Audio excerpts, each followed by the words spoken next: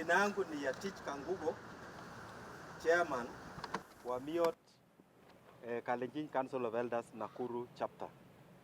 Na mbele yenu ni members, baadhi ya members wa Myoot Council wa Nakuru.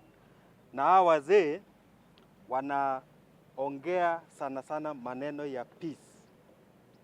Kwa Kikalenjin tunasema kaliet hawa wazee. So na leo tumekuja and they have given me the opportunity kusoma statement, alafu kuna mwenye ataongea kwa Kiswahili na mwenye ataongea kwa Kilugha. Alafu mkiuliza kati ya hawa wazee mnaweza kuuliza swali baada ya hiyo. Asante sana. So I will read the statement as is. Joint statement, Myoot Kalenjin Council of Elders Nakuru chapter. The Myoot Council of Elders Nakuru chapter stands shoulder to shoulder with our brothers and sisters of the Kikuyu leaders and by extension the greater Kikuyu nation following the historic press declaration in Molo town last Thursday, led by the long-serving Member of Parliament, Honorable Njenga Mungai. Their voice is our voice. Their alarm is our alarm. Their call for peace is our binding covenant.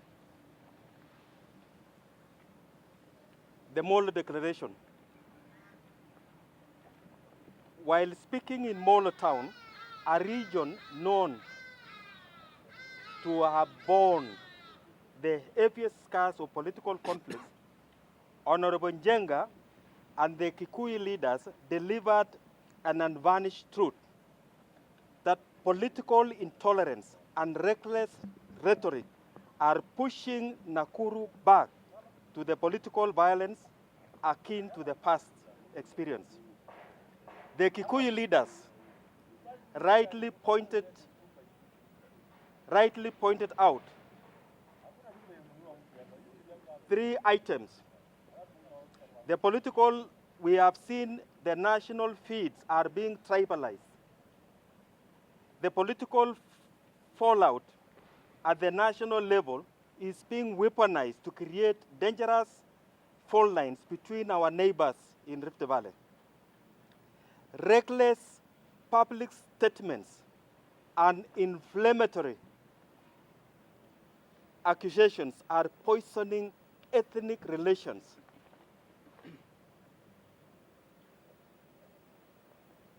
and setting up local communities against each other. And we are talking about all the communities, really. We have also observed that there is, because of the economic hardships and social grievances, the politicians are manipulating, the political elites are manipulating the people for their own personal wars rather than focus constructive solutions, particularly to the youth. The elders have looked at the warring trends. They have seen the warring trends going on. And I want this to be very clear for the members of the press. That, and this, they have seen, there are 3 items we want to speak today. We have seen a warring trend, very dangerous. The 1-term versus 2-term. We express deep concern over escalating political slogans dividing our 2 communities ahead of August 2027 general election. One of the trend, the 1-term versus 2-term divide. The political election has collapsed into a volatile zero-sum conflict. The 1-term campaign is rallying support behind former Deputy President Rigathi Gachagua and factions of Mount Kenya. On the other side, the two-term is a campaign mobilizing behind our sitting president, largely championed by the Kalenjin and their allies. That is a trend number one. Second trend, which awazee wameangalia, ethnic balkanization of policy and politics. What should be a democratic debate on governance and economic performance has been reduced to ethnic identity war. A disagreement on policy is now wrongly interpreted as an attack of one community against another. And we have seen it. The launch of the Vision 2060 has been trivialized into a political personal wars. This is what these elders are saying. That is a dangerous trend. The third trend, which these elders have seen, is the militarization and weaponization of unemployed youth. We observe with great concern the rising mobilization of vulnerable, unemployed youth into political stormtroopers, hired to disrupt meetings, to invade farms, to chant hostile slogans. Some even are composing very, very toxic music and provoke ethnic hostility. And we are seeing that across the board. And these elders are saying that trend is not good. It is a reflection, it is akin of what happened in 2007, just before the 2007 elections. And these elders are saying that is not.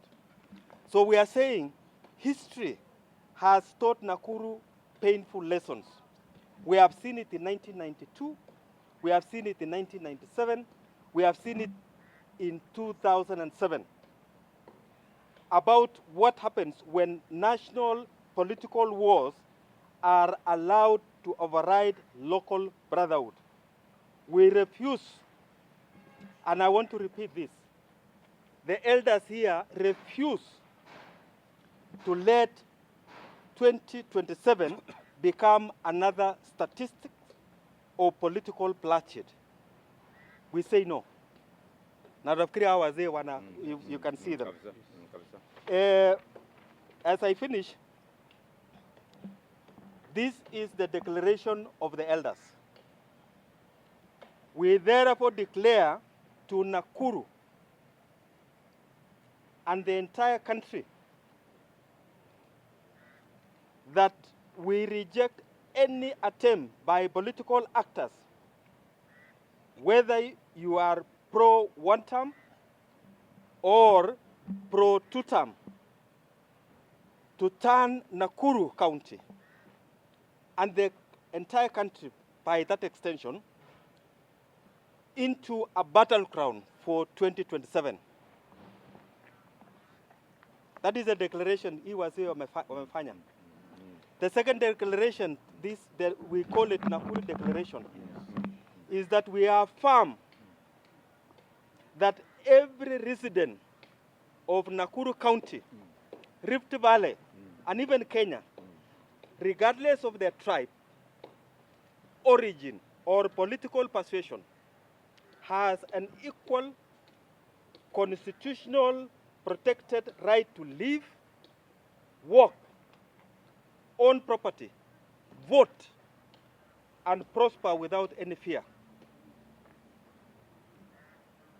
The third and the last declaration, the wazee wamefipitisha, is we advance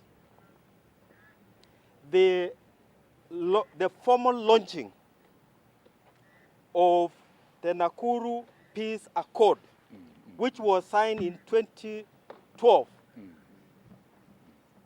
And we'll give you, if you have not seen it, as permanent, legally binding, that recognizes governance in Nakuru, an entire country,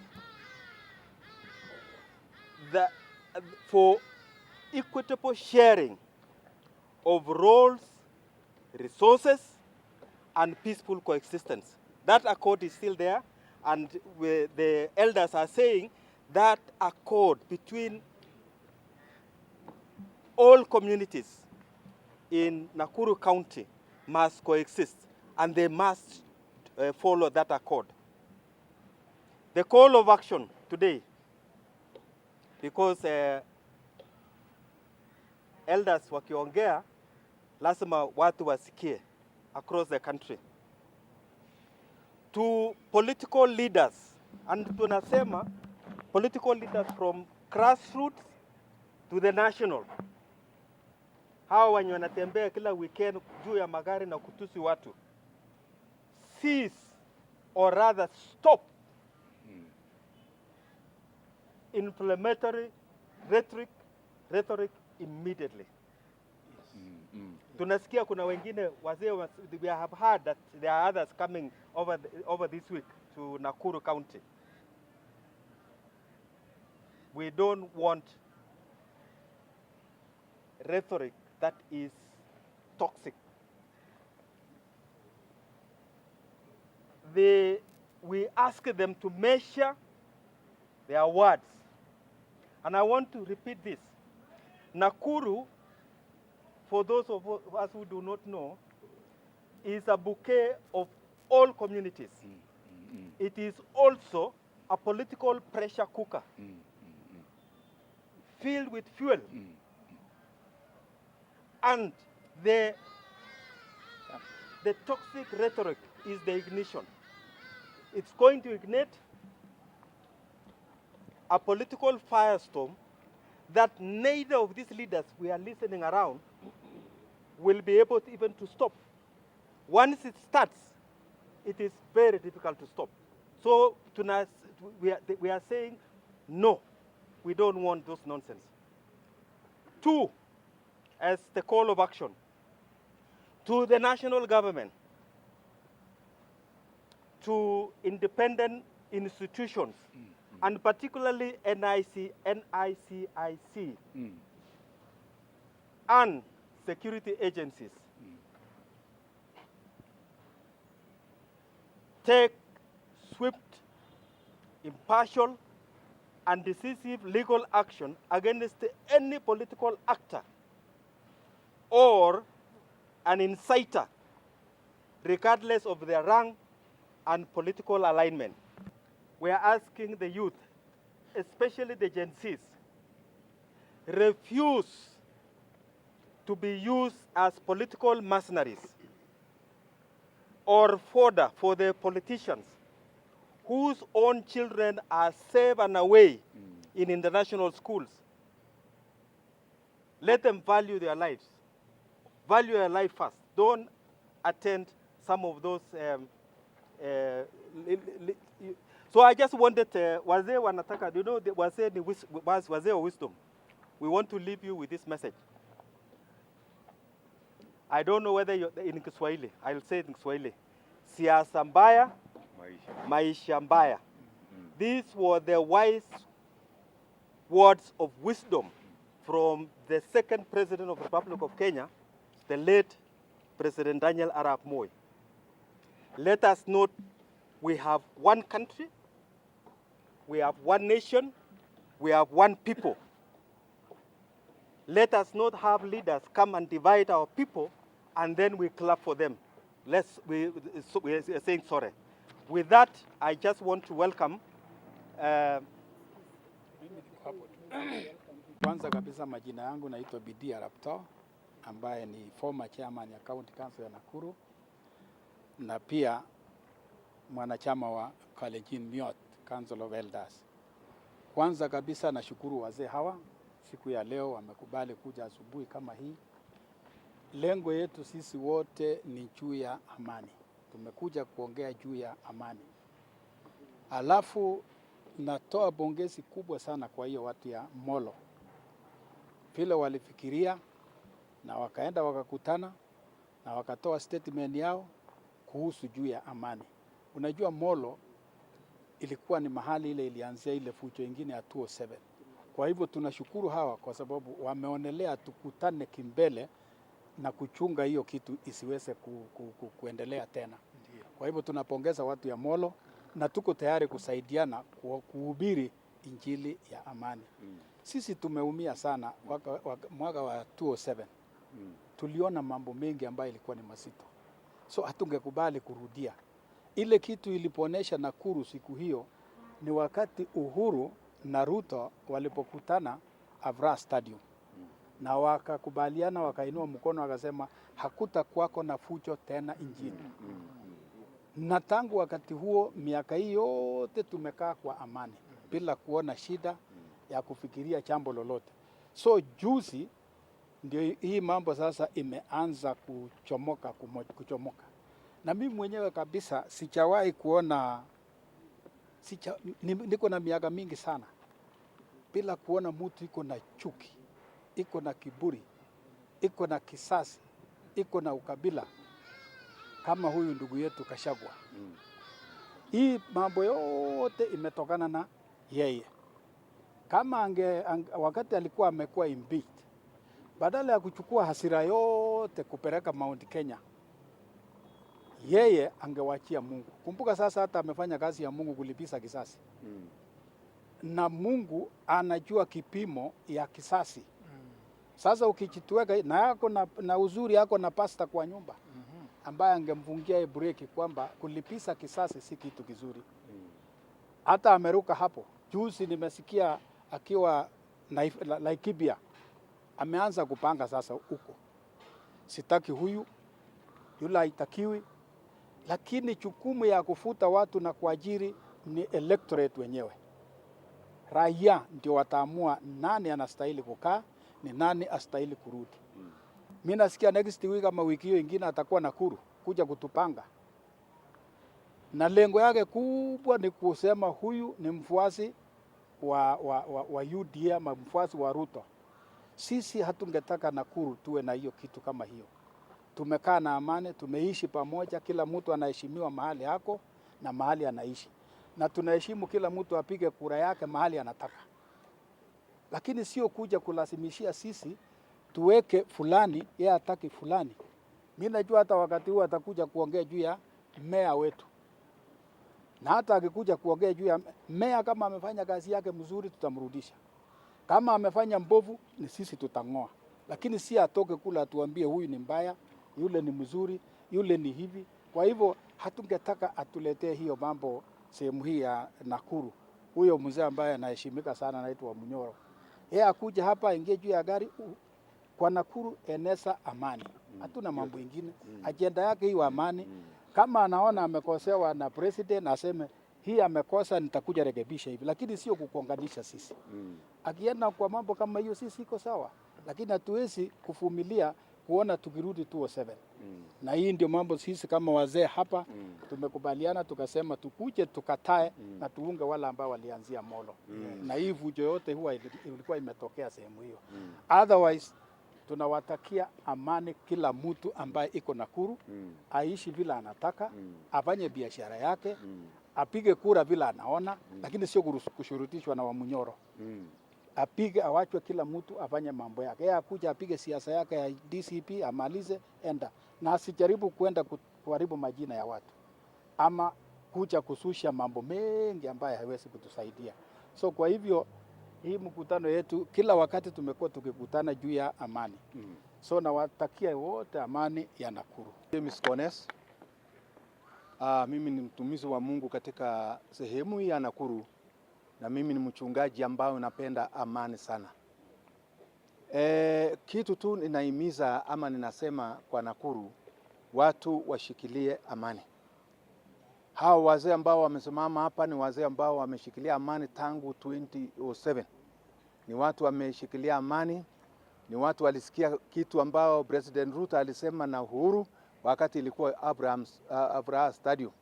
Walisema hakuna wakati damu itamwagika tena. Na tulikubali kama kanisa la Mungu, hiyo vita, hiyo mambo ya damu isimwagike katika Kenya mara ngine, hasa Nakuru, kwa maana Nakuru ikitokea makosa ina affect Kenya nzima.